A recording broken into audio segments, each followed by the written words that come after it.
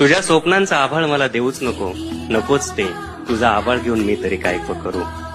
माझं स्फोट मला जड झालंय, सांग ना तुझं पोट कुठून भरू. माझं स्फोट मला जड झालंय, सांग ना तुझं पोट कुठून भरू. तो चंद्र, तो सूर्य, ती लुकलुकणारी तारे, यांचं कधीच भ्रमण नसतं माझ्या जीवनाच्या आभाळात. माझं जीवन म्हणजे नुसतंच अंधाराला वाहिलेलं. सरणावर लाकडं कमी पडलेत, म्हणून थोडंसं जळायचं राहिलेलं.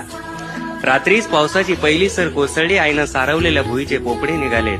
कारव्यांच्या कुडांवरची माती सुद्धा ओली होऊन सकाळपर्यंत गळून जाईल. माझं घरटं भर पावसानं जळून जाईल. तू म्हणशील हा अजूनही थोडा वेडा, थोडा खुळा आहे. तू म्हणशील हा अजूनही थोडा वेडा, थोडा खुळा आहे. पावसानं कुठं घर जळतात का?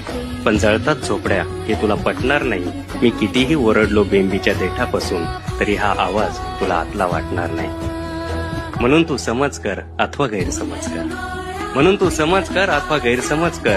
तुझ्या स्वप्नांचा आभाळ मला देऊच नको, नकोच ते, पेलावणारच नाही.